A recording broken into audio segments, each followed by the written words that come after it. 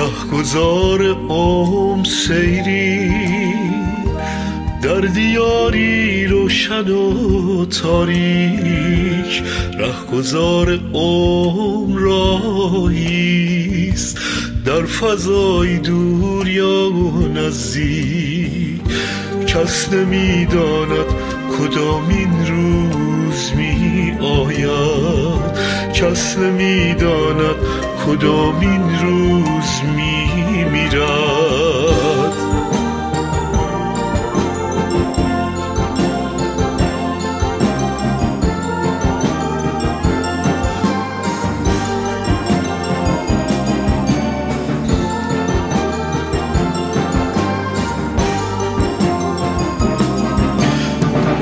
چیست این افسانه هستی خدایا چیست؟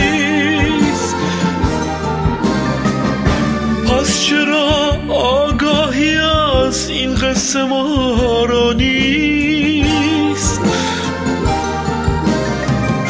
کس نمی‌داند کدامین روز می آید، کس نمی‌داند کدامین روز می میرد، کس نمی‌داند کدامین روز می آید، کس نمی‌داند کدامین روز می میرد.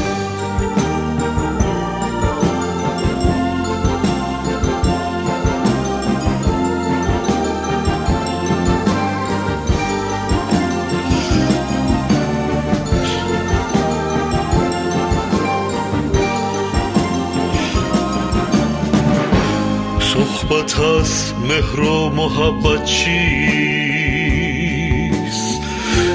جای آن در قلب ما خالیست. روزی انسان بنده عشق و محبت بود، جز ره مهر و وفا راهی نمی پیمود. کس نمی‌داند کدامین روز می آید، کس نمی‌داند کدامین روز می میرد، کس نمی‌داند کدامین روز می آید، کس نمی‌داند کدامین روز می میرد.